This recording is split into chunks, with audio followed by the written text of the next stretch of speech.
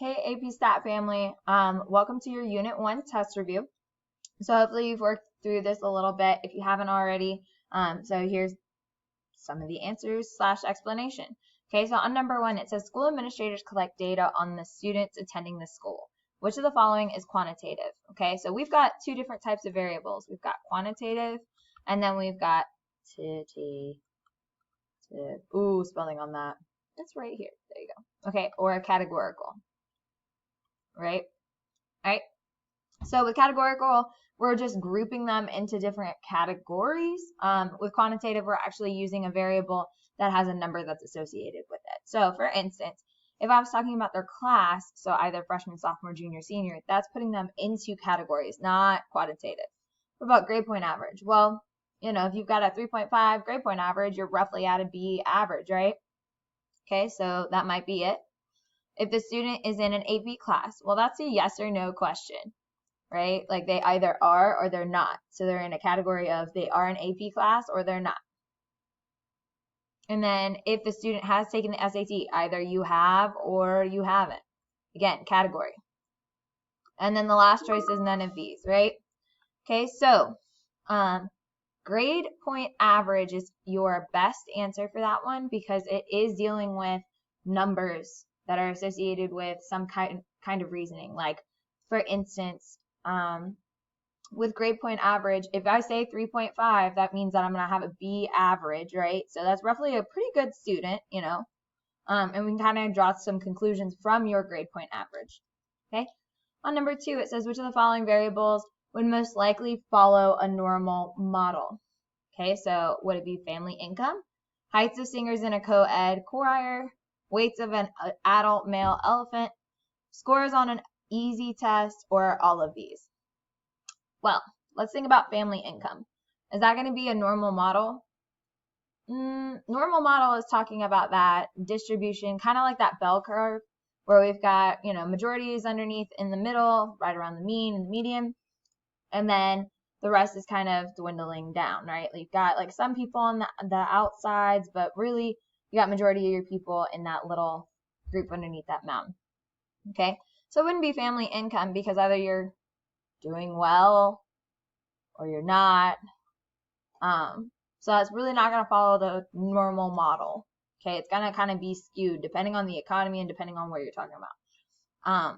Also, family income, maybe just your parents are working and you're not. So that's, again, normal model, nope, doesn't apply. What about heights of singers in a co-ed choir? So you've got males and females in the same group, okay, and you're looking at the height of them. Well, that's not going to create a normal model. That's going to have two different peaks, right? All right, what about C, weights of an adult male elephant? So we're only dealing with one gender this time. So maybe it's going to follow a better normal model, right? Okay, so that's a possibility. Or D, scores on an easy test. Well, if it's an easy test, then everybody's probably going to get like a B or an A. So that's going to move all of your data to the right side. But you're still going to have those people who fail, despite the fact that it should be an easy test, right? And it's definitely not all of these because we've already eliminated a few. So the only one that this could possibly be would be C. Okay. On number 3, the mean score of a chapter test in Algebra 1 was 78% and the median was 77.5%. The teacher accidentally recorded one student's score as 85, but it should have been 90. If the teacher corrects the score, then A, the mean will remain the same, but the median will increase. B, the mean and the median will remain the same. C, the median will remain the same, but the mean will increase. D, the mean and median will both increase. Or E, we don't know how the mean and median are affected without further calculations, but the variance will increase. So if I have a mean of 78 and a median of 77.5, and the teacher went and put an 85 instead of a 90. Okay, so we should have put a 90, but we put an 85. Okay. So really, does that mess up our median? Not really, because remember, median is going to be the total number of numbers, like you're finding the middle number of a group of numbers. So if we put an 85 versus a 90, there's still another number. It doesn't change our median, or it won't probably, okay? But with our mean, if you drop down 5 points or you add 5 points, then that's going to change our overall mean because we actually have to add up those scores and then divide by how many numbers we've got. So this should be C. The median is going to remain the same because it doesn't change the number of numbers or number of averages, but it does change the mean because the score is different. Okay? All right, so on number 4, the weights of baby pythons are approximately normally distributed with a mean of 31.8 grams and a standard deviation of 2.39 grams. The percentage of baby pythons between 25 grams and 33 grams is about, okay? So I normally like doing my curve and setting this up. So I've got a mean of 31.8, and then I've got a standard deviation of 2.39. So I'm going to take my handy dandy calculator.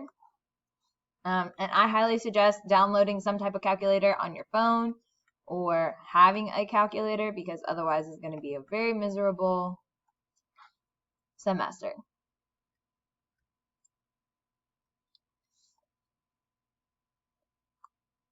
Oh, 34.19. I don't know why I wrote that. And then down here, I'm going to subtract 1 standard deviation.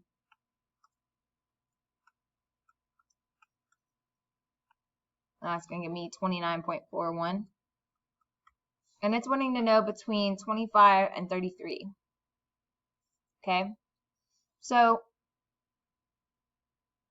just by process of elimination, okay, it would not be 22% because if we know that on a normal distribution, we've got 34% under here and 34% under here, and we're trying to find 25 to 33, 25 is going to be over here to 33 is going to be right here. So that covers majority of this right here.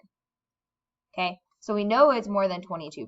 We know it's more than 31%. We know it's more than 41%. We know it's more than 50% because, again, 34 right here, and then we also know from our normal model that this is 13.5 right here.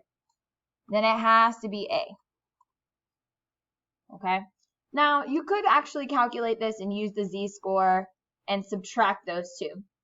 That's totally fine, but I like to work a little bit more efficient, which is totally fine as well. Remember, z-score is taking the number that you got minus the mean, x bar, which is the mean, divided by the standard deviation.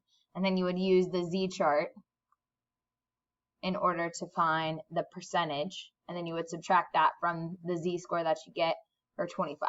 All right, so on here, I'm just going to give you the numbers because I know these are a little difficult to see. So this first one should be 50. This next one should be 100. This next one should be 150. And then the next one should be 200. And then the next one should be 250 on this last little line. Okay. All right, so it asks us to find the IQR of these expenses. Okay, so the first, the IQR is the first section of numbers. Like after you find the median, it's the first median group of that first section. So for instance, I know that the median is going to be right here. So that's 150 right there, right? Okay, so now I'm going to find the IQR. So that's 25%, which is going to be right in here, which is 75, right? So Q1 is 75. Now Q3 is going to be 175, which is going to be right in here, because that is 75% of the data. It's right here. This is Q3. So we're going to take 175 minus 75, which is going to give us 100. On number 6, it says, last weekend, police ticketed 18 men whose mean speed was 72 miles per hour and 30 women going on average of 64 miles per hour. Overall, what was the mean speed of all the people ticketed? Okay, so overall, what was the mean speed? I did. Okay, so on this one, what you're going to do is you're going to take 18 and you're going to multiply it by their average. And then you're going to add that to how many women times their average. And we're going to divide it by the total number of people that were there. All right, so here we go. We're going to use our handy dandy calculators because it's too early in the morning to do this math. Yeah, so we've got 18 times 72 plus parentheses 30 times 64. And we're going to divide that by 48. And we get 67 miles per hour. Okay, so we're kind of finding the average of the total number of people. Okay, we're finding the average speed. Okay, which is true of the data shown in the histogram to the right. I'm going to erase this so you can actually see it. Okay, it says the distribution is skewed to the right.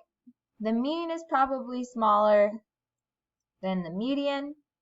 We should use the median and the IQR to summarize this data. And we're trying to say, is the first statement true, second statement true, third statement true, second and third only, 1, 2, and 3. Okay. First of all, this distribution is not skewed right. It's actually skewed left. Okay. A lot of people use the whole tail method. But that being said, like, the data has been moved to the left. Okay. So that's not true. The mean is probably smaller than the median. Okay, so my median is right here, and my mean has been moved to the left, right? So that's probably a true statement. We should use the median and the IQR to summarize this data. Absolutely, because otherwise we have a skewed mean. The mean has been moved to the left because the data has been skewed, right? So our answer should be D. Okay, I'm going to go through, try to get through one more. All right, so on the next one, it says we collect these data from 50 male students. Which variable is categorical? Okay, so categorical is talking about things that aren't numbers. So on this one, head circumference is going to give us a number. Hours of homework last week, number. Number of cigarettes smoked daily, number. Number of TV sets at home, number. So the only thing that's not a number is A. On number 9, it says which one of these is likely to be bimodal. Okay. So bimodal meaning that it's going to have two little humps. Okay. So this would work for like if we had male and female. Okay. So for instance, if I asked all of the females, hey, how many cigarettes do you smoke on a daily basis versus how many, men do it, that's probably going to produce, D. Probably going to produce a bimodal D. Shape, right? Which of those variables is most likely to follow a normal model? Okay, so for a normal model, remember we're having that natural curve, bell curve that you always see. So we're trying to see, if they follow some guidelines. Now, hours of homework worked last week, not probably normal model because you either study a lot or you don't study a lot. So you're going to have various data. Number of cigarettes smoked daily, we've already said that that's bimodal. Number of TV sets at a home, it kind of depends on the area. And then head circumference. Well, that's consistent across most people. Like, it's going to give that normal model shape. Okay, you're going to have people who've got really big heads, which is going to be over here. You got people who've got really small heads. And then up in the middle, you're going to have majority of your people. It's just like your average height is like 5'8" for a female. Okay, we normally go around that 5'8" boundary. Okay, so hopefully this was helpful. You're going to get part 2 in just 1 second.